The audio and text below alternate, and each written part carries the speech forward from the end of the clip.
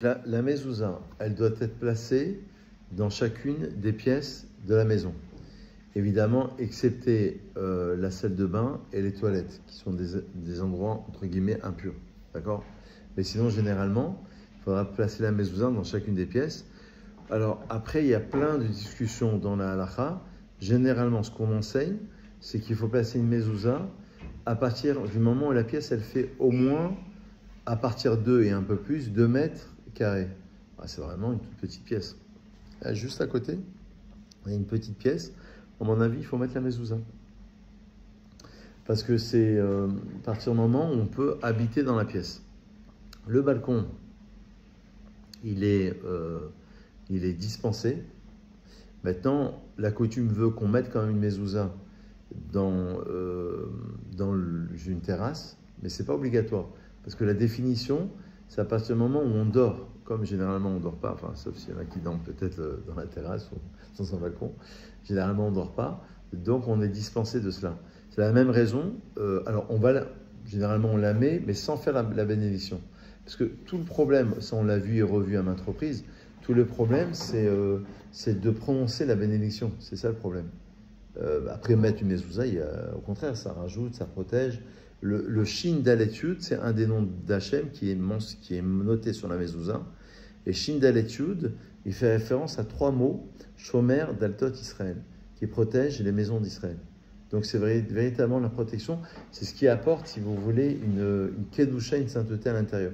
Je lisais ce matin au nom du Arizal, Rabbi Chaim Vital, dans un livre qui s'appelle Shari Kedusha, au tout début, les portes de la sainteté, il dit que lorsqu'on fait une mitzvah, en fait, il faut avoir la kavana, indépendamment de la mitzvah, mettre les tefilines, faire une bénédiction, faire Shabbat, en fait, de rajouter une kedusha, parce que, en fait, il y a 248 membres dans l'être humain qui sont en correspondance avec les 248 mitzvot qui existent, mitzvot positives.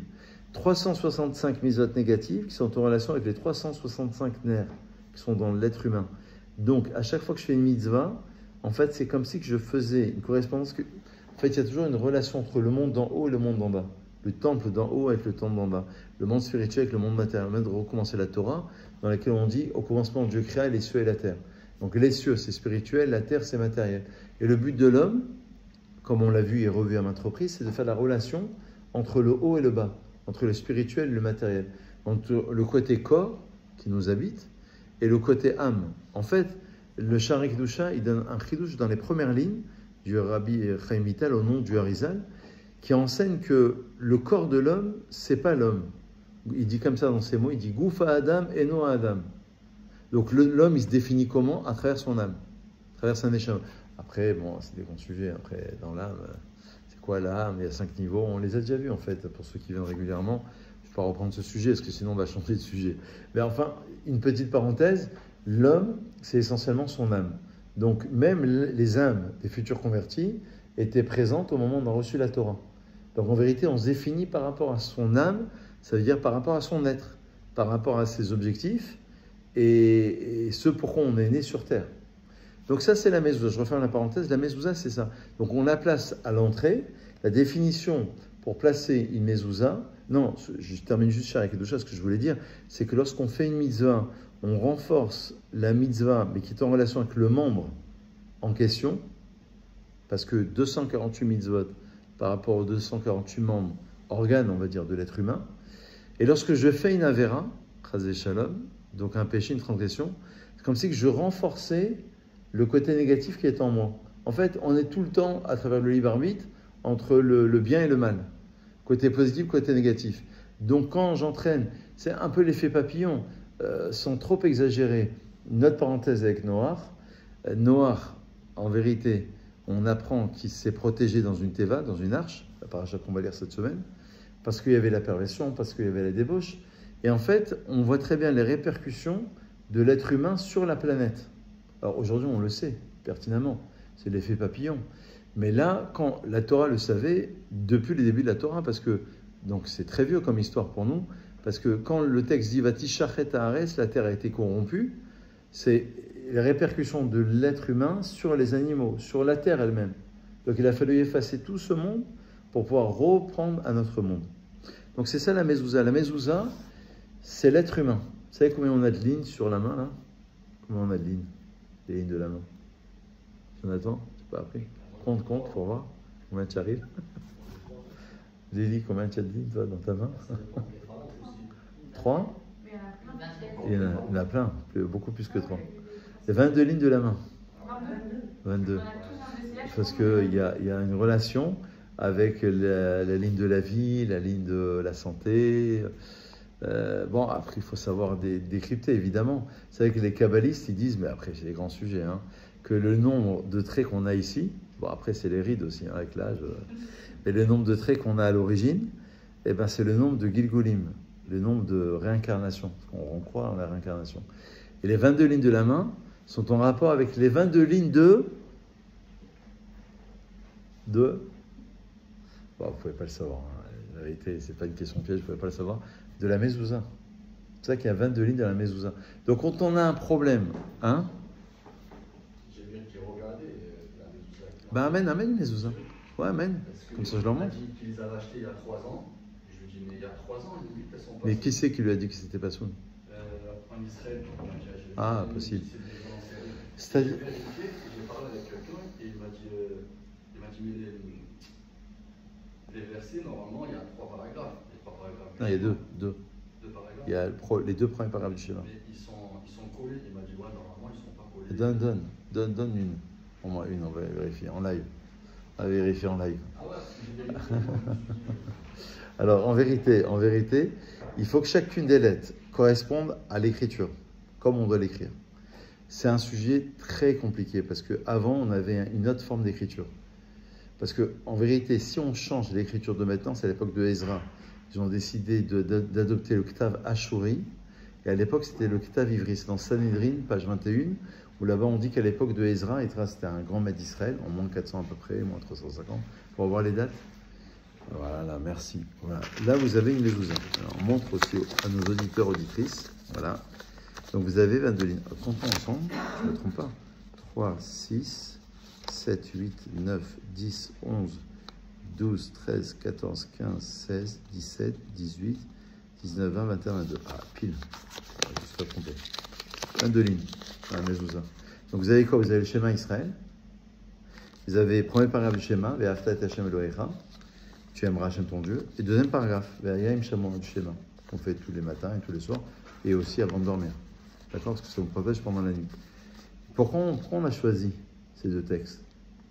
Allez un petit peu à vos recherches, je te fais travailler un peu ce soir, je fais travailler les neurones. Jonathan, pourquoi on a pris ces 2 textes? Bon, bah, il y a dans la Torah, il y a plein de textes. Alors, c'est très simple. La réponse, elle est très simple. C'est que c'est écrit l'injonction de mettre les mezuzot à l'entrée de la maison. C'est tout simple. La première raison, elle est là. Parce que c'est dans ces textes-là qu'apparaît la mitzvah de placer une mezouza, mezuzot au pluriel. Et vous savez, ce sont les lettres de quoi, mezouza? Vous allez apprendre plein de petites choses, des petits détails. Et encore, je ne vais pas rentrer dans tous les détails. Hein. Je vous dis, c'est un cours général. Et on pourrait rester des heures sur ces cours-là. Il y en a qui apprennent pendant des mois pour écrire les mezuzot, les filines, Sefer Torah, pendant des semaines et des mois pour comprendre. Là, c'est un cours vraiment général avec des petits points, des petites notes du cru de la maison. D'accord? Alors, ce sont les mêmes lettres que Zouz Mavet, que la mort, elle bouge d'ici. C'est pour ça que s'il y a une erreur là-dedans, je ne sais pas où il a trouvé une erreur, ça a l'air bien quand même. Il est sûr? Qui c'est qui a mis ça? Qui c'est? Ah oui, alors s'il y a 3 grandes généralités, il faut l'écrire comme on l'a reçu à l'époque de Ezra, c'est-à-dire le lamed comme on doit l'écrire, le yud comme on doit l'écrire. Donc s'il manque un seul yud, le sefer Torah n'est pas soul, ou les tefilines ne sont pas soul, ou la mezouza n'est pas soul. Une seule petite lettre. La plus petite lettre de l'alphabet, c'est laquelle? Le yud. Il y a combien de lettres dans l'alphabet hébraïque? Alors, des petites questions là, qui sont gênantes. 22. Aleph, Bet, Gimel, et chaque lettre envoie à une valeur numérique. D'accord? Elena, toujours avec nous? Alors, d'accord. Donc, est-ce que Israël, Hachem et notre Hachem est un?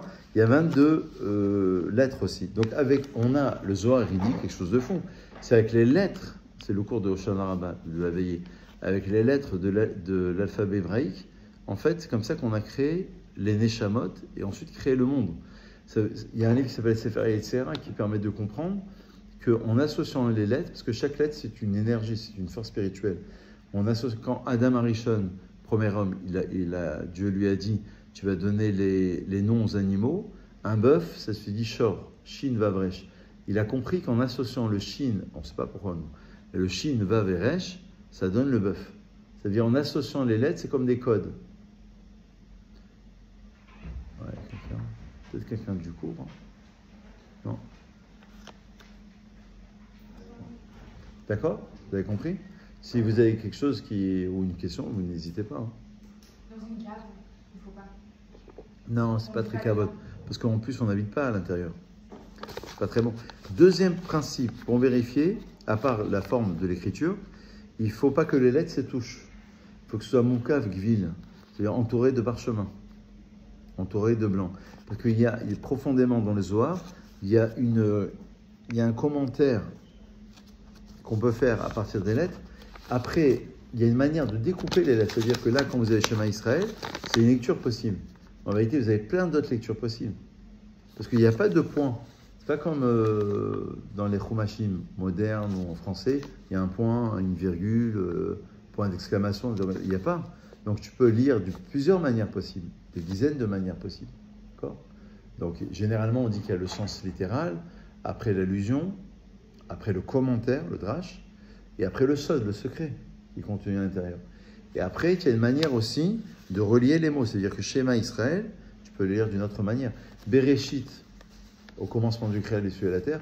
Bereshit, c'est le premier mot de la Torah. La Torah commence par un bet. Le bet, c'est le chiffre 2. C'est la dualité, l'homme, la femme, le bien, le mal, etc. Dans Bereshit, tu peux retrouver, dit le Zohar, les 613 commandements. Dans la Torah, généralement, de la création du monde, de l'homme, jusqu'à la fin de Moïse, tu as toute l'histoire d'Israël et des nations. Tu peux tout retrouver. Encore plus dans le Sefer Bereshit, et généralement dans le mot Bereshit, même dans le bet, et même dans le point du bet, en essence. Comme l'embryon qui contient tout. À le stade embryonnaire, ça va devenir un être humain avec des yeux, des bras, mais en essence, il contient tout comme une graine que tu plantes dans la terre, il contient tout. Et dans la Torah, c'est la même chose. Donc tout est contenu. Donc la première des choses, c'est de vérifier au moins 2 fois tous les 7 ans. Première halakha. Une fois tous les 3-4 ans à peu près. Il y a des chassidim comme chez les Chabad et autres qui vérifient tous les ans. C'est pas obligatoire, c'est bien, c'est une midat chassidoute, une mesure de piété, c'est pas obligatoire. Parce que ça coûte aussi de faire vérifier. C'est pas évident.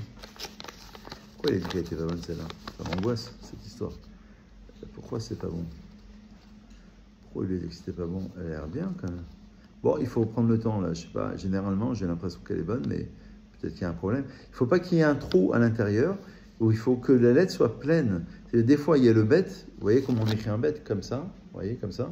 Et s'il y a un petit point blanc, parfois avec l'humidité, parfois ça s'est effacé. Hein? Il faut que la lettre soit entourée de parchemin. Il ne faut pas qu'il y ait un point à l'intérieur. Il ne faut pas qu'il y ait un peu d'humidité. C'est pour ça que c'est un souci si il y a de l'humidité. Donc en fait, il faut faire vérifier tous les 7 ans. 2 fois tous les 7 ans. Ça veut dire 1 fois tous les 3-4 ans à peu près. Au minimum. Après, nous on conseille aux gens qui vont nous écouter de vérifier au moins 1 fois déjà. Parce que les tefilines, il y a eu des embrouilles. Des fois, ils ont fait des photocopies de mezouza. Des fois, il y a des voleurs qui font ça. Ou à l'intérieur des tefilines, il faut que ce soit avec un parchemin. Parchemin, vous voyez, ça ne peut pas se déchirer. C'est différent avec une feuille. Alors que le guet, un divorce religieux, tu peux l'écrire sur une feuille. Il n'y a pas de problème. Il y a des halakhot comme ça. Ouais. Le sofer, il m'a dit à son cachère, il m'a dit, mais tu devrais passer un autre. Mais oui, parce qu'il y a des niveaux, c'est comme dans les assurances mutuelles. C'est-à-dire tu es remboursé à 50%, 100%, 150%. Je ne sais pas jusqu'à combien ça va, mais bon, il y a des niveaux. Mais c'est ça, c'est la même chose. C'est-à-dire dans la mezouza tefilin, tu as des qualités en fait, des qualités de parchemin, des qualités d'encre, des qualités de sofer, parce que le sofer, comme je l'ai expliqué au tout début, c'est le scribe, c'est celui qui met sa neshama. Celui qui va tous les jours au mikvé, c'est quand même mieux, c'est pas obligatoire, Parce que vous savez combien est le nom de Dieu dans toute la Torah? Yud-Kei Vav-Kei. Il y a eu 1820 fois dans toute la Torah. Dans le Sefer Torah, vous avez 260 colonnes. Le Sefer Torah, vous avez vu, le Sefer Torah, une colonne. Donc, mais je ne sais pas combien de temps. Si j'ai pas écrire ça, il faut au moins, je sais pas, 1 heure ou 2. Je sais pas, il faut demander à Sofer. Et il faut du temps quand même. C'est pour ça que ça coûtait énormément cher, parce que le parchemin coûte cher, les coutures, c'est un travail, l'écriture, l'encre coûte cher, et le temps, c'est de l'argent. C'est des heures et des heures. Il écrit un Sefer Torah, mon beau-frère et Sofer, en Israël. Il écrit, il m'a dit, à raison de 5-6 heures par jour. C'est-à-dire, c'est beaucoup de concentration. C'est énorme. Parce qu'il faut que tu prennes une lumière, un truc, tu prennes le temps, beaucoup de concentration. Il faut 1 an, 1 année. C'est-à-dire que quelqu'un dans sa vie, s'il a écrit 20, 30, 40 Sefer Torah, c'est déjà le bout du monde, quoi. Bah ouais, 50. C'est énorme.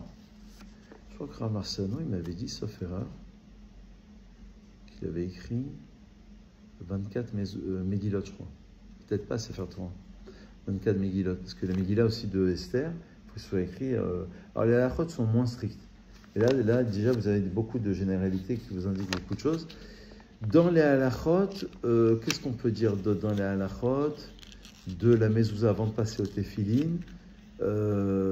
Évidemment, à la base, est-ce qu'il y a une bénédiction à faire avant de placer la mezouza? Mais je vais en fait faire ce cours quand même. J'ai hésité, parce que peut-être qu'ils l'ont déjà étudié, mais il y a une bracha.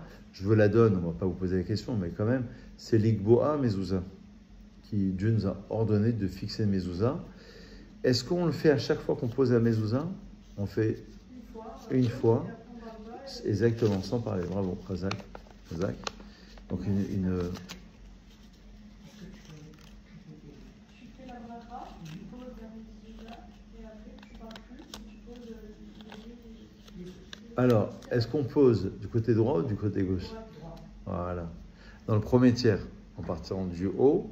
Alors, si la porte elle est très très haute, il y a beaucoup de marloquettes. Généralement, ce qu'on dit dans la halakha, ça fait dit comme ça, c'est à hauteur humaine. En fait, 1/3, parce que si la porte, vous savez, des portes d'entrée, des fois, ça fait 3 mètres de haut. Vous savez, dans les anciens immeubles et tout. Donc, tu vas pas prendre une échelle pour embrasser la mezouza, parce qu'il y en a qui embrassent la mezouza avant de partir. Et quand ils rentrent, c'est une très bonne coutume. Ça protège vraiment la maison. Donc, la mezouza, il faut savoir que c'est le reflet de vous.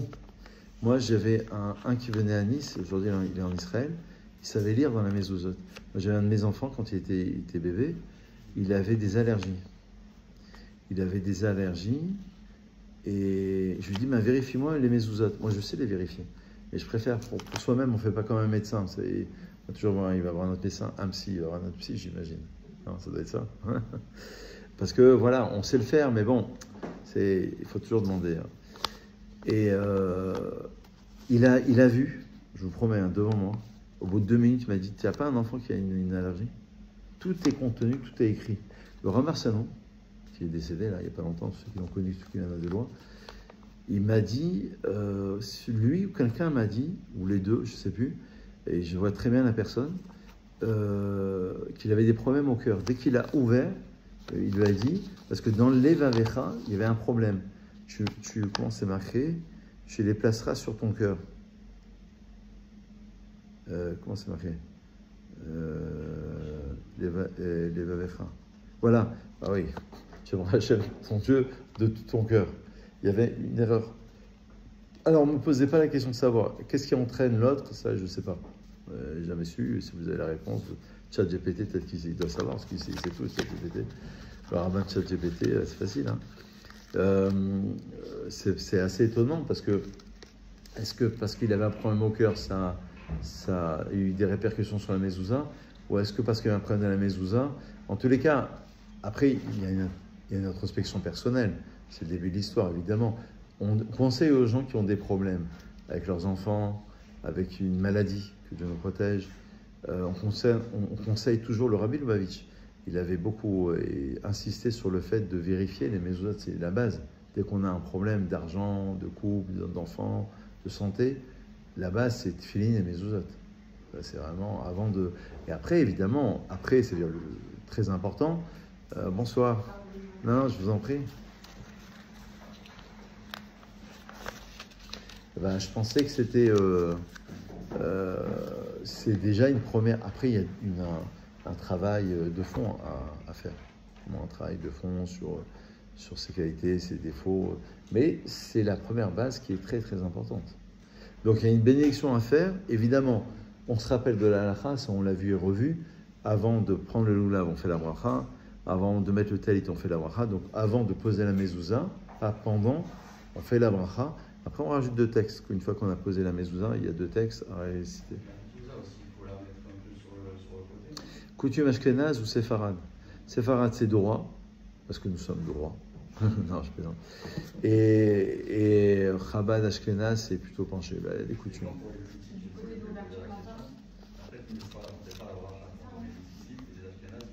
Ouais, bien sûr. Sur le talit katan. Le grand talit, tout le monde fait. Non, parce qu'il y a une discussion en fait, c'est tout simple. Dans la Gemara, dans le Talmud, il y a une discussion. Il y en a un qui pense que la mezouza, il faut la mettre comme ça, dans ce sens. Et il y a un autre maître dans la Gemara qui dit qu'il faut la mettre dans ce sens, couchée. Alors, chacun apporte ses raisons. Après, il y a plein de choses sur lesquelles on n'a pas de raison. C'est ce qu'on appelle halacha, les Moshe Messinaï.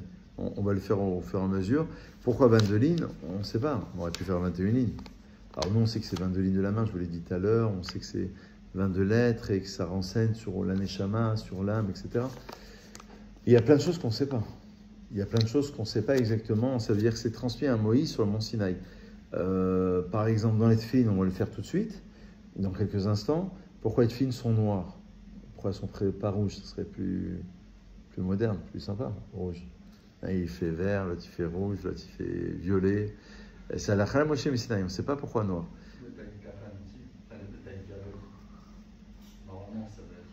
Alors non. Taïd Gadol, ça c'est écrit. C'est écrit que quand le temple a été détruit, certains le prenaient noir et blanc. Mon père, il faisait comme ça d'ailleurs. C'est un rappel du Beth Amikdash. Ça c'est écrit. Mais après il n'y a pas d'halakha vraiment, c'est un minag. C'est-à-dire tu peux le prendre bleu, tu peux le prendre noir, tu peux le prendre blanc. Ouais, il n'y a pas vraiment d'halakha. Pas très conseillé, mais c'est pas vraiment... Au tout blanc, il y en a qui prennent tout blanc entièrement. Alors que là, on ne sait pas pourquoi les tefilines sont noires. Les tefilines, dans le texte de la mezouza, marqué tu les poseras, tu les attacheras sur ton bras. Nous, on sait que c'est ici, c'est sur le biceps. Mais il y a des raisons qu'on ne sait pas. Pourquoi elles sont carrées? C'est comme un cube. Pourquoi ça ne serait pas rond? Les totafot ben inecha seront en signe entre tes yeux. Alors, nous, on sait qu'il faut les mettre ici sur les cheveux, pas sur le front, c'est fini. Mais entre les yeux, on aurait pu imaginer qu'on pose les tefilines sur un mur et je mets mes yeux, je pose ma tête dessus. Ou alors que les tefilines soient rondes, ou alors que les tefilines soient placées entre les yeux, c'est peut-être ici. On aurait pu imaginer autre chose. Ça, on ne sait pas exactement. Alors, je vais vous donner quand même des sens, des approches générales. Et il faut savoir que dans ces halakhot-là, il y a plein de choses que c'est imposé comme ça, pour des raisons bien précises, certainement kabbalistiques, enfin, dans tous les cas qui nous dépassent totalement. Voilà les grands principes. Alors, je termine sur la mezouza. Donc, la bracha avant. Alors, voilà. Je disais juste qu'il y a une discussion talmudique. Est-ce qu'il faut la placer comme ça ou comme ça? Donc, c'est pour ça qu'il y en a qui la place penchée. La halakha sfarad, c'est droit. Après, Chabad Ashkenaz, il y en a qui mettent penché. Bon, après, c'est des coutumes, c'est pas... Qu'est-ce qu'on peut dire d'autre sur la mezouza? La mezouza, elle protège, voilà, c'est ce que je voulais dire. Je passe tout de filine, ça protège vraiment la maison. Il faut les vérifier 2 fois tous les 7 ans, et c'est le reflet de ce que vous avez à l'intérieur de vous. Voilà, généralement. Les téphilines, alors qu'on traduit en français par les phylactères, c'est uniquement les hommes et pas les femmes, évidemment. Avant d'attacher les téphilines, il y a une bracha. Alors là aussi, il y a des différences. Sfarad Ashkenaz. Séfarad, on ne fait pas la bracha sur la tête, film de la tête. Si on parle entre les deux, il faut faire. Mais il ne faut pas parler. Donc a priori, il n'y a pas. Non. Ça veut dire qu'il met les tefilines avant d'attacher, il fait la bracha. Toujours avant. La bracha, c'est avant de manger une pomme, avant de boire un verre d'eau. Donc avant d'attacher, parce que c'est marqué au Shartam les hôtes. Vous les attacherez entre vos yeux. Sur vos bras, pardon. Sauf pour les Kiakialim. Hein? Sauf pour les Kiakialim, c'est une bracha qui se fait après. Oui, parce qu'on a les mains impures. Ok. Donc avant de s'essuyer les mains, on fait la bracha. Et comme on a les mains impures, donc il faut d'abord se laver. Parce que comme lorsqu'on va au mikvé, lorsqu'on fait une conversion par exemple, on se trempe une première fois parce que la personne n'est pas juive. Donc elle a besoin de se tremper une première fois pour devenir juive et après faire la bracha pour se retremper une deuxième et troisième fois. Mais elle est obligée. Parce que si elle fait la bracha avant, ça n'a pas de sens parce qu'elle n'est pas juive. Ouais. Et pour les enfants, c'est la même chose? Alors les enfants, il y a deux manières de faire. C'est soit le Beddin qui convertit les enfants, qui sont petits, je parle. À partir de 12-13 ans, c'est le même. Alors il faut que ce soit toi qui fasses la bracha pour l'enfant, pour toi et pour l'enfant. Mais est-ce qu'on une fois ou est-ce qu'on fait l'enfant? Eh ben, on la trempe une fois. En fait, généralement, ce qu'on fait, c'est que la mère se tient dans le mikvé, elle se trempe, déjà elle. Quand elle fait la bracha, elle a la kavana, l'intention pour son enfant. Et après, elle prend l'enfant, elle la trempe une fois et c'est fini. Bon, après, il y a des coutumes, 3 fois, plus, etc. Mais c'est pour ça qu'il y a des fois des différences, comme pour Netiat Yadayim, mais comme pour le mikvé. La bénédiction, c'est Al à Tevila. Il nous a ordonné de nous tremper, de nous immerger littéralement. Et si on trempe des ustensiles au mikvé, c'est Al Tevila de Kelim. Ça, par contre, c'est avant de les tremper. Donc généralement, c'est toujours avant. Donc pour les filines aussi. Après, il y a 7 tours. Alors c'est quoi la symbolique? C'est une symbolique, hein, c'est pas la vraie raison. Mais la symbolique, elle est intéressante quand même. Le bras, c'est l'action. Et la tête, c'est la pensée. C'est unir la pensée avec le côté intellectuel. Donc l'action, la pensée. Et ensuite la réalisation, parce qu'on termine. Parce que comment on met les filines? On met d'abord le bras. On fait 7 tours. Après, on met la tête. Alors, quand on met les filines du bras, on est assis. Quand on met la tête, on se lève, ou on se lève un petit peu pour mettre les filines de la tête. Et après, on termine la main. La main, c'est la concrétisation de cette union. C'est toute la Torah, en fait. Commençant Dieu créa les cieux et la terre. Les cieux, c'est spirituel. La terre, c'est matériel. Le but, c'est d'unir. Parce que quand le monde a été créé, il a été séparé, entre guillemets, de Dieu pour pouvoir créer, que le monde était rempli de lumière. Donc on a dû retrouver un équilibre entre la spiritualité et la matérialité. Donc l'idée, c'est d'unifier ce qui a été désuni, en fait. Tout le travail. Quand on construit le temple, le Mishkan, quand on fait une bracha, c'est d'unir le matériel avec le spirituel, d'unir les deux. Donc là, c'est la même idée. On unit, si vous voulez, les émotions, parce que les films sont placés par rapport au cœur. L'émotion, c'est le cœur, l'intellect, et ensuite la concrétisation, la main. En sachant que il y a symboliquement une forme de chine sur la main, il y a un nœud sur les filines du bras, c'est le yud, et il y a un nœud ici derrière la tête sous forme de dalet. Ça forme, comme pour la mezouza, shin, dalet, yud, dont on parlait tout à l'heure. C'est-à-dire, la mezouza protège, Shomer d'Altot Israël, on a dit, qui protège, qui garde les maisons d'Israël, et sur soi-même aussi, on a une forme de protection. Les tefilines, il faut les vérifier 2 fois tous les 7 ans aussi, tous les 3-4 ans à peu près.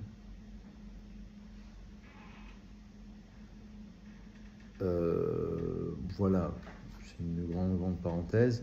Alors, en sachant, peut-être une dernière chose avant de vous parler du Sefer Torah, c'est en quelques minutes, hein, chaque sujet, vous n'avez pas besoin de connaître tous les détails, mais c'est important d'avoir une vue d'ensemble. Du bras. Parce que j'ai déjà entendu une fois un arabe, il a dit le yud du bras, il faut qu'il soit collé au boîtier. Et je crois que c'était Rabban Shaya qui disait ça, qui disait le yud, il faut qu'il soit collé au boîtier. Ouais. S'il n'est pas collé, ben, c'est pas bon. Elle n'est pas faite. C'est pour ça, moi, je m'en fous. Parce que Oui, oui, oui, bien sûr, tu as raison. Bien sûr, tu as raison. Et comme les tefilines de la tête, si tu les mets un petit peu en décalage, tu n'as pas fait la mise. Ça, c'est important, très important. Et si on les met sur le front, on n'a pas fait la mise. C'est comme si on ne les avait pas mises, dit Mishnah Berurah. Un autre point, je voulais vous dire, sur les téphilines.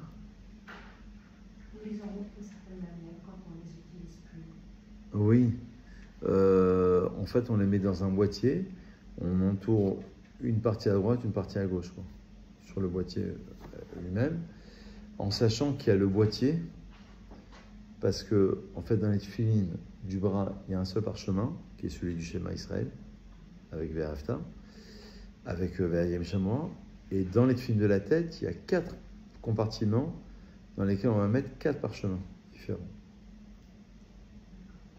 En fait, après, bon, il y a plein de choses entre la science et la Torah, parce que c'est par rapport aux hémisphères cérébraux. Il y a je crois qu'ici, il y a les émotions, je crois. Le nœud des téphilines, et c'est par rapport aux émotions. Et ici, c'est l'intelligence de la conscience. C'est la conscience.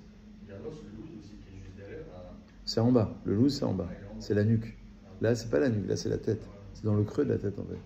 Donc là, c'est par rapport à l'émotion, c'est comme si on unifiait la conscience et l'émotion. Enfin, après, il y a beaucoup d'idées. Mais dans la science chinoise, ils ont retrouvé des rapports avec les hémisphères cérébraux, en fait, carrément. Comme si il y avait une forme de concentration, de conscience par rapport aux téphilines. Ce n'est pas la vraie raison pourquoi on met les téphilines. Mais ça peut être relié, bien sûr. Extérieurement parlant, tout est relié. Voilà, on peut rester sur une idée générale. Unir l'action et la pensée avec la concrétisation. En sachant que il y a le boîtier, ça c'est une autre halakha, et il y a la pochette dans laquelle on va mettre les téphilines. Pourquoi? Parce qu'il faut qu'il y ait une double protection. Il y a les téphilines qui sont là, qui sont dans cette pièce par exemple. Si on parle mal ou on est mal habillé, c'est pas kadosh, c'est pas saint. Donc, puisque c'est pas saint, il faut le recouvrir par 2 fois. C'est ça qu'on recouvre par 2 fois. La mezouza aussi, je tiens à vous rappeler qu'on met un film, comme un film de cuisine, d'accord, autour de la mezouza.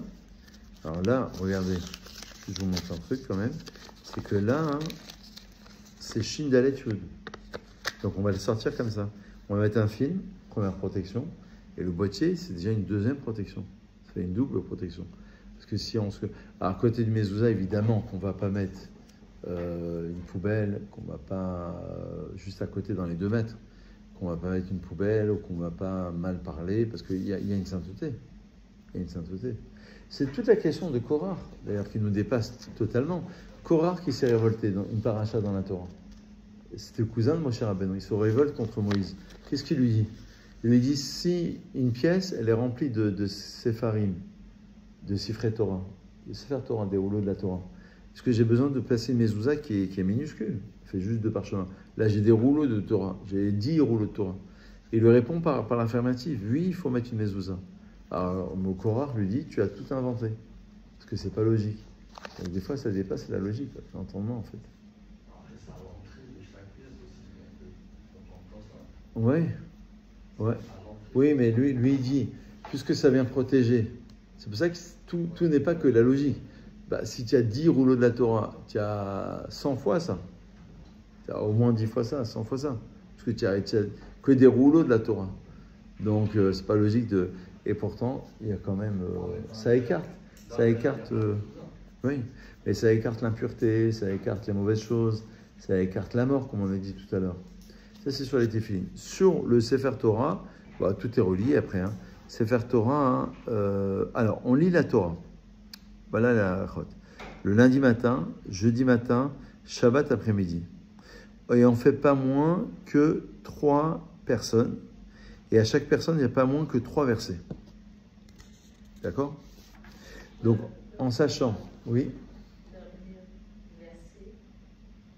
Hein?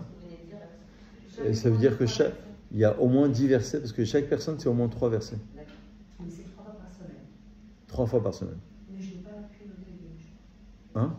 Je n'ai pas pu noter les Oui, lundi matin à la synagogue, jeudi matin à la synagogue, Shabbat matin, Et Shabbat après-midi 4 fois. 4 fois on sort la Torah. Alors, par exemple, ce soir, c'est Rosh Chodesh du mois de Cheshvan, le Nishmat Pinchas Ben Moshe. Donc, on va sortir la Torah demain. Donc ça, et après-demain. Donc, ça peut rajouter aussi. Si c'est Chol HaMoed, pendant Sukkot, tous les jours, on sort à la Torah. D'accord? Donc, il y a jour de fête, jour de Shabbat, jour de Kippour, etc. Tout ça, ça rajoute. D'accord? Alors, généralement, il y a 3 montées lundi matin, jeudi matin, samedi après-midi. Il y a 4 montées Rosh Chodesh, Chol HaMoed. Il y a 5 montées. Quand est-ce qu'on fait 5 montées? Je vais savoir. Non, 6 montées Kippour. 5 montées jour de fête. Kippour 6 montées. Et Shabbat 7 montées. Crescendo. Ça va de 3 montées, c'est-à-dire 3 personnes qui montent à la Torah. Au minimum 3 versets, mais en vérité il y en a beaucoup plus que 3. Mais au minimum c'est 3. Et. C'est pas 9? Non. C'est pas 9. C'est 3? Non, c'est 9 en tout. Oui, 9 en tout. 10 versets en tout. 10 versets. Ok. Maintenant, il y a 7 montées, le Shabbat. Donc, ça peut aller de 3 montées à 7 montées. Pendant la lecture de la Torah, alors, il faut savoir qu'il y a le Kohen, première montée, s'il y a un Lévi, deuxième montée, et le Israël, troisième montée. Et le Idiv Shranarur, Aminag Apashut, l'habitude simple, c'est que même si le Kohen, il est ignorant, en Torah, il va passer avant le plus grand en Torah. Imagine-toi, tu as un grand rave qui est là, le grand rave, il va monter la troisième montée, alors qu'on devrait le mettre à l'honneur, le faire monter la première montée. Et le Kohen passe quand même avant. Le Kohen, il servait à l'époque du temple, dans le temple. Et la guerre? Le guerre, il est comme un juif, normal. Donc il monte à partir de la troisième. À partir de la troisième montée.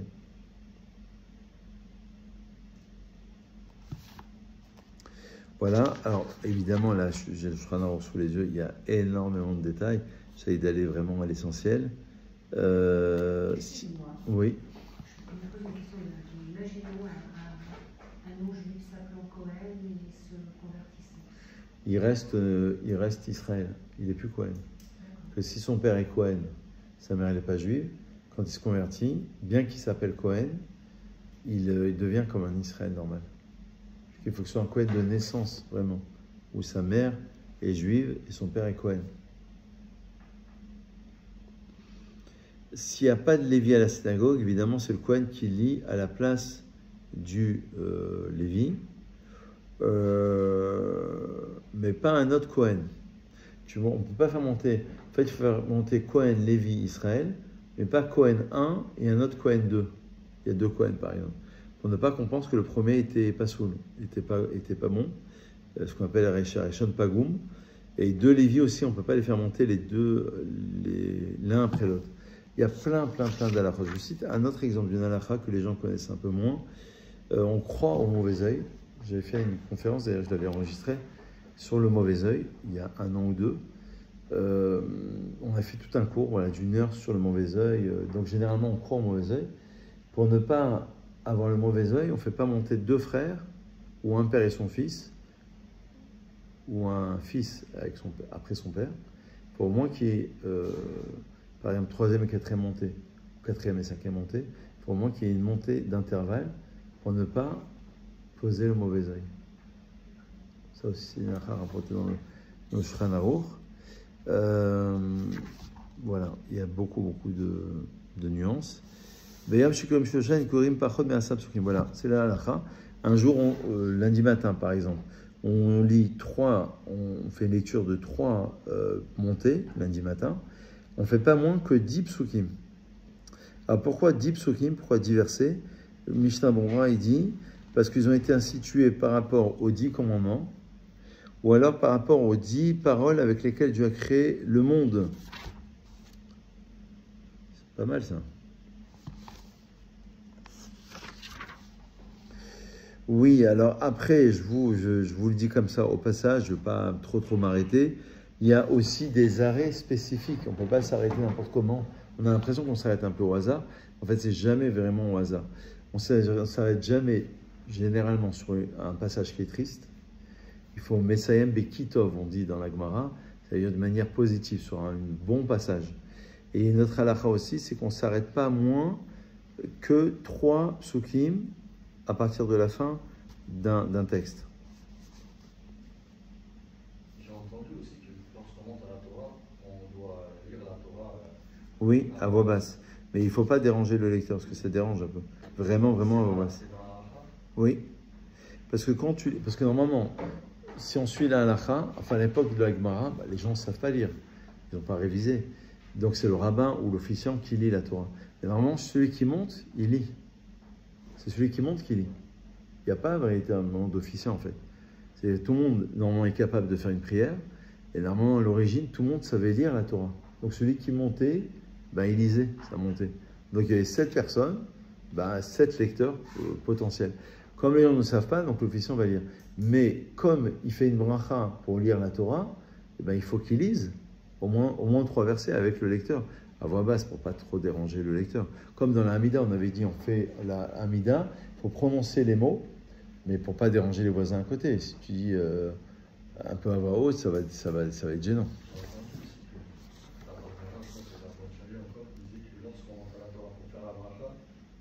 C'est pas conseillé de dire Emet Toratenu Kedusha entre la fin de la lecture Ouais. et la bracha parce qu'il ne faut pas qu'il y ait De Efsek. Il faut pas qu'il y ait des... En fait, on ne doit pas dire de verset normalement, on ne doit pas faire d'interruption. On ne peut pas parler. On fait la bracha, on lit le texte de Torah et après on fait la bracha. Parce qu'on est en pleine mitzvah en fait. Pendant une mitzvah, généralement, on ne peut pas s'interrompre. Même dans la halakha, c'est écrit, là je ne l'ai pas sous les yeux, mais c'est écrit dans la halakha que c'est vrai que les gens parlent dans les synagogues. C'est une erreur. Normalement, on ne devrait pas parler du tout. C'est-à-dire, du début de la prière jusqu'à la fin de la prière. Mais les gens parlent. Et tout le monde parle. Et c'est un problème. Mais dans la halakha, on ne doit pas parler, on ne doit même pas étudier. En train de monter la Torah et l'autre, et normalement, on ne doit pas parler. à partir de Baruch Shema. Mais là, je parle de Kriyat Torah. La Kriyat Torah, c'est entre 2 montées, normalement, on ne doit pas parler. Si on suit la halakha. Parce qu'on est concentré sur la lecture. Il y a même une sheila dans la halakha pour ça. Parce que des fois, ça met du temps, le temps qu'il fasse un don, une bénédiction et tout, ça met du temps. Par exemple, on a envie d'aller aux toilettes. Ah, on peut aller aux toilettes. Entre deux montées. Oui, on peut aller aux toilettes. Ouais, parce qu'il ne se pas même de se retenir. Mais entre 2 montées, il y a même une question dans la halakha, parce qu'on peut étudier. Généralement, il y a des autorisations, mais même étudier, c'est un problème. Pendant la répétition de la Hamida, on fait juste entendre, mais on ne peut pas parler. Pendant le Kaddish, j'en parle pas, Kedusha, Hamida, tout ça, c'est évident, dans la prière. Mais même entre 2 montées, si on suit vraiment la halakha, c'est comme ça.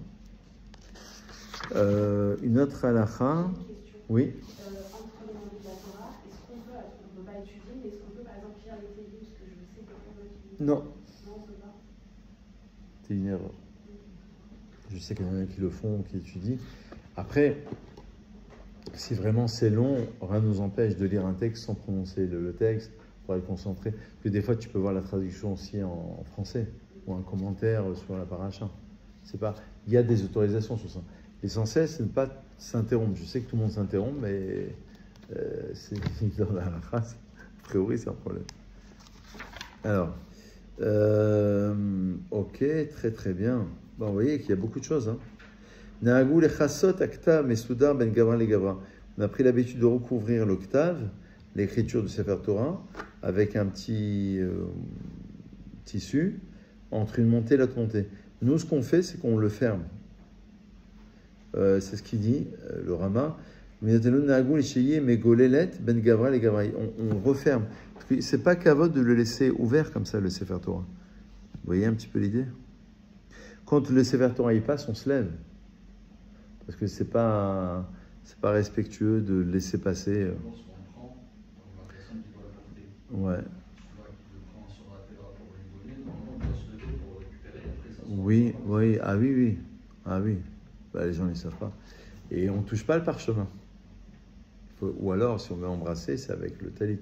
Alors, je devrais rappeler ça à la route, parce que à la force de le dire, je me rends compte que les gens ne savent pas trop ça. Moi je l'ai appris il y a pas longtemps. Ça. Ouais. Alors, rappelle-moi que je passais à la route. Si tu oublies Neder. Ok. C'est bien ça. Voilà. Vous avez des questions subsidiaires ou Et voilà le principe. Je ne vais pas dire le principe parce que si je vous dis, là je vous ai dit que 10%, hein, mais on va dire quelques points au niveau général. Évidemment, je ne l'ai pas dit, mais ça me semblait évident, pour sortir la Torah, il faut avoir un minyan de 10 hommes. Pas sortir la Torah comme le Kaddish, la Kedusha, Barechon, Kriat Torah. Évidemment, faire la Tfila à Ben Minyan, c'est au moins 10 personnes. S'il y a une erreur dans le Sefer Torah, au moment de la lecture, il faut sortir un autre Sefer Torah. Je suis en train de lire, je vois qu'il y a une erreur, il faut sortir un autre Sefer Torah, et on reprend à l'endroit où on s'est arrêté, où on a trouvé la faute en tous les cas. Et on termine dans le deuxième Sefer Torah. Justement, ces Torah, ils sont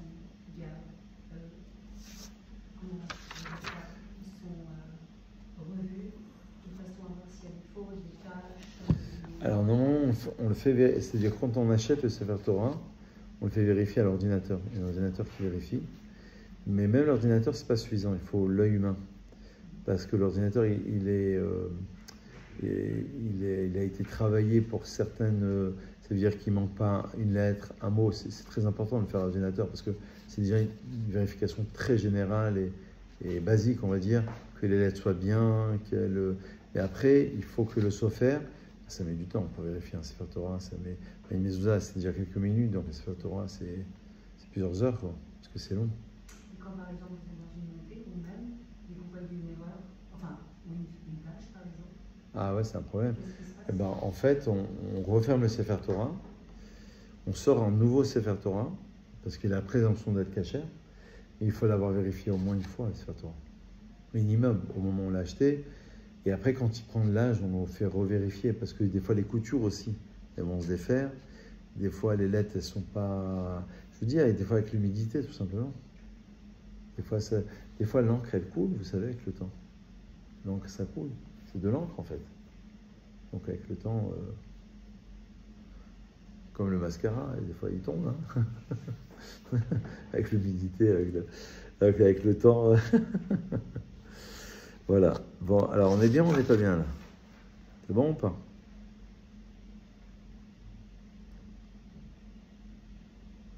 Une halakha exceptionnelle, hein. Voilà ce qu'il dit Shulchan Aruch. Il dit, c'est au chapitre 143, Bet HaKnesset Shen Baem Mishodel Ikrot El Echad. Il n'y en a qu'une personne qui sait lire dans le Sefer Torah. Il va faire la bracha, il va lire quelques psukim, et ensuite il va faire la bracha. Et Vechozel et Varet Echila Vekorexet Psukim Varet Lacharem, Kama Vekemser Olin Kishaloto Ayom. Parce qu'il faut au moins une personne qui sache lire dans le Sefer Torah. Sinon, on ne peut pas les sortir. Sinon, il faut lire dans un chumash. À l'époque de la Gemara, on traduisait on traduisait en araméen, parce que la langue parlée à l'époque du Talmud, c'était en babylonie, en araméen.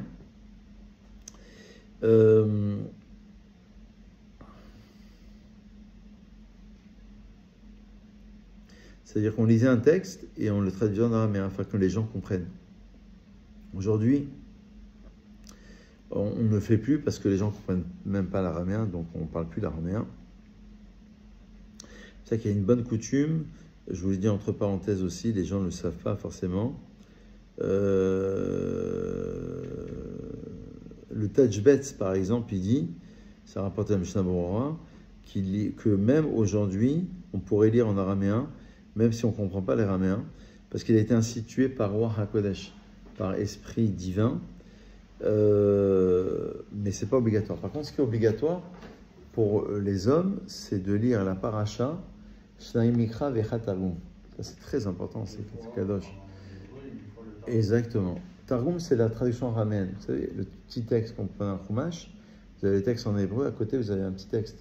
Et bien, ce petit texte, c'est Kelos, qu'il avait institué, c'était un converti, et il est institué par l'esprit divin, et il y a un sens. Il y a un sens spirituel. Et on dit que c'est une ségoula, à mon revenir, c'est aussi une ségoula. C'est écrit dans la Gemara que celui qui lit le texte 2 fois et 1 fois, et ça lui rallonge la vie, mais c'est une ségoula aussi pour des bonnes choses. Je ne sais plus exactement lesquelles, mais c'est pour des bonnes choses. Genre la santé, Ça apporte des choses tout à fait positives. C'est assourd de sortir au moment où le Sefer Torah est ouvert. Entre une montée et une autre montée, voilà, comme ta question, tu vas aller aux toilettes, tu as le droit. C'est assourd de parler, ça on l'a dit, ça c'est vraiment dans le Shulchan Aruch. Même des divrei Torah entre une montée et une autre montée, c'est pour ça qu'il y en a qui autorisent uniquement de lire un texte sans prononcer les mots, comme on l'a dit tout à l'heure. Et dans l'Haftara, c'est la même chose. Hein. Alors mon Haftara, et bon après, les gens ne le savent pas forcément, mais dans l'Haftara, c'est la même chose. L'Haftara, c'est un texte qui ressemble donc de l'époque des prophètes, qui ressemble au texte de la paracha. Dans la Shkol, c'est super bien fait. Vous avez les Haftarot, les parachiotes, c'est une introduction, un résumé en quelques lignes. Vous percutez la relation, c'est vraiment très bien fait. On ne comprend pas la relation de tel prophète avec tel paracha. Des fois, vraiment, on ne voit pas. Et quand vous lisez un petit peu, c'est un petit paragraphe. Hein. Vous pouvez le lire en français, c'est très très intéressant. Et bien là-bas aussi, il faut lire le texte de l'Haftara sans parler pendant ce passage-là. Et c'est assourd de tenir un Sefer Torah sans tissu, parce qu'il y a une sainteté dessus.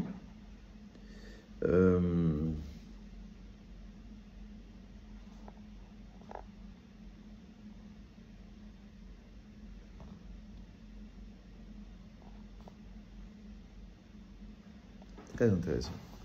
Il y a la chod qui sont... je vais mettre le truc dessus, comme ça j'aurai déjà la référence ici. Ce sera plus simple à la retrouver.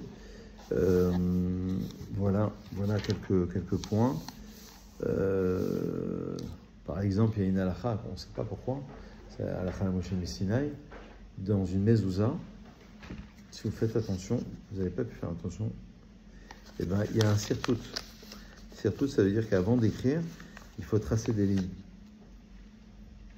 Dans un guet aussi. Ça, c'est une halakha. C'est un problème si on ne l'a pas fait. C'est pas exactement.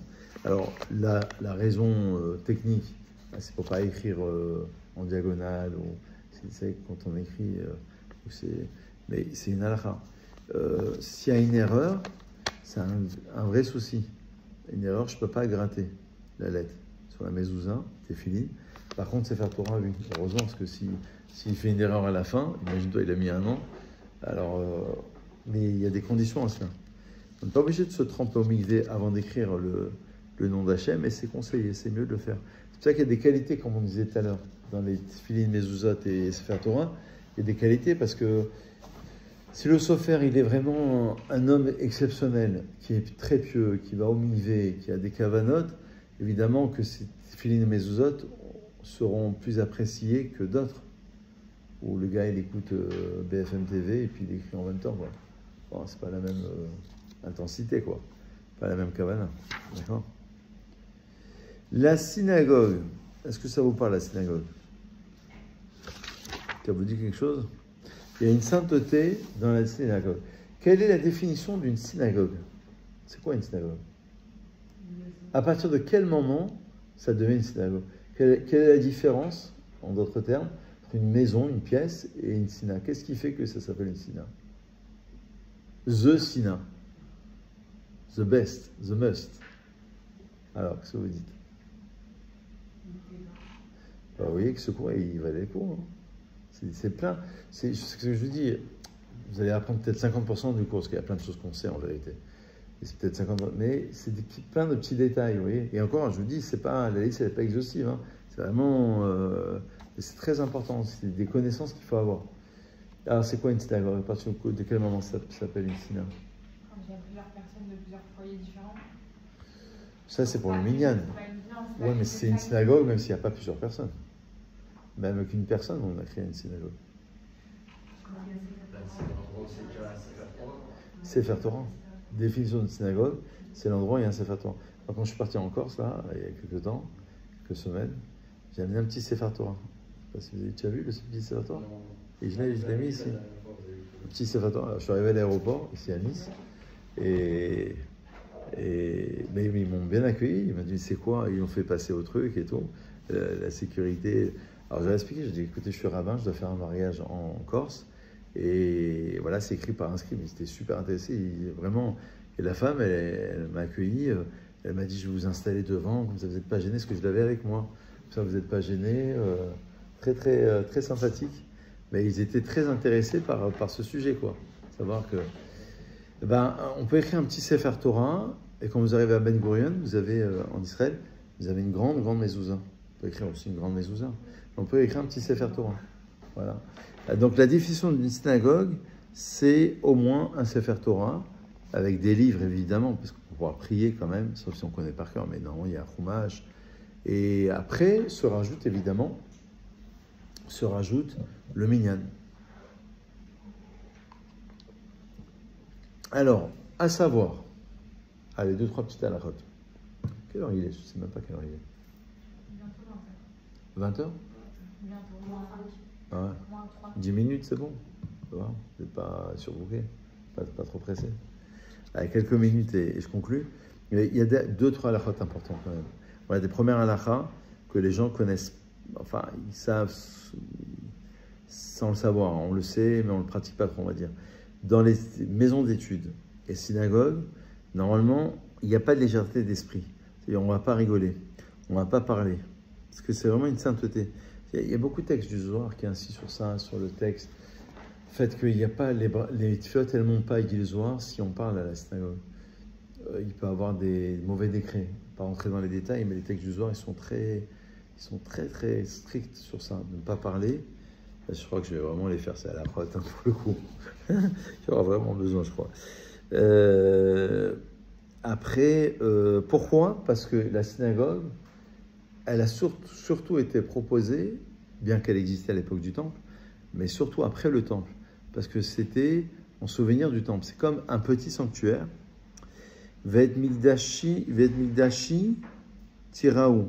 Le texte dit, vous honorez, vous respecterez mes sanctuaires. Terrible. Oh là là là. Oh là là, je ne sais même pas si je peux vous le dire. Moi, je vous le dis quand même. Allez, au passage. Le SMAC, il dit quelque chose de terrible. À cause du péché, de la légèreté d'esprit dans les synagogues, elles sont transformées en avodazara, en maison d'idolâtre. Par exemple, église ou autre. Sira Betela, ça veut dire... alors, c'est très drôle. Parce qu'on ne peut pas parler, en fait, de paroles futiles. Dans le Zohar Kadosh, ben voilà ce que je vous disais. Iflig meod begodel et avonazé. Il insiste énormément dans le Parashat Pekoudé, Parashat Vayakel, sur ce péché de ne pas parler à la synagogue. Alors, à forte raison, du Lachon Hara, généralement, c'est tout le temps interdit, mais encore plus à la synagogue. La médisance, colportage et, à forte raison, les marloquettes, comment on appelle ça, les conflits, quoi. Parce que ce sont des péchés très graves. Et en plus, c'est un endroit qui est saint. Et en plus, il méprise, il dit, le kavod de la shrina, parce que la shrina, elle est là. La shrina, c'est la présence divine, elle est là, elle est à la synagogue. D'accord? Bon, voilà, vous avez compris l'idée. Hein.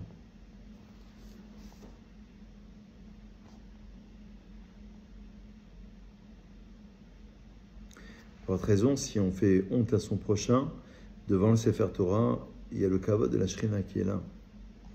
La sainteté de l'honneur de la présence divine qui est là.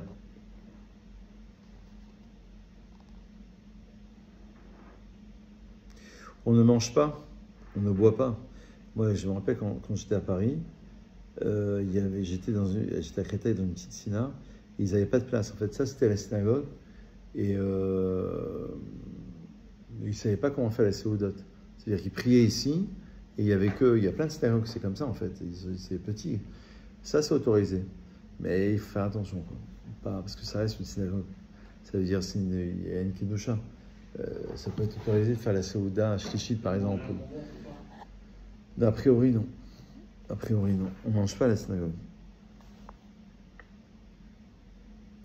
Et on ne rentre pas pour se protéger de la pluie ou du soleil. Il y a la clim à la Sina, une petite détente, petite clim, ou alors tu rentres à l'intérieur, mais tu lis un verset. Tu lis un Tehillim, tu lis... Parce que c'est pas kavod. Tu rentres dans la maison du roi. Tu peux pas, je me protège de la pluie, j'attends que la pluie elle passe. Non. Traverser la synagogue, par exemple. Traverser la synagogue, ouais. Si je vais à Sephora, là, juste derrière, admettons, s'il y a une ouverture, et ben, en vérité, au lieu de faire tout le tour de la rue, je dis, bon, il y a un passage direct, et ben, c'est à soi. Alors, il faut que un ouvrier qui veut rentrer pour réparer, il n'a pas un intérêt, il n'y a personne. Il faut d'abord qu'il va s'asseoir, il lit un texte de Torah ou un télélim, après il va faire ce qu'il a à faire. Même lorsqu'on rentre dans la synagogue, il faut qu'on rentre par là. Exactement, exactement.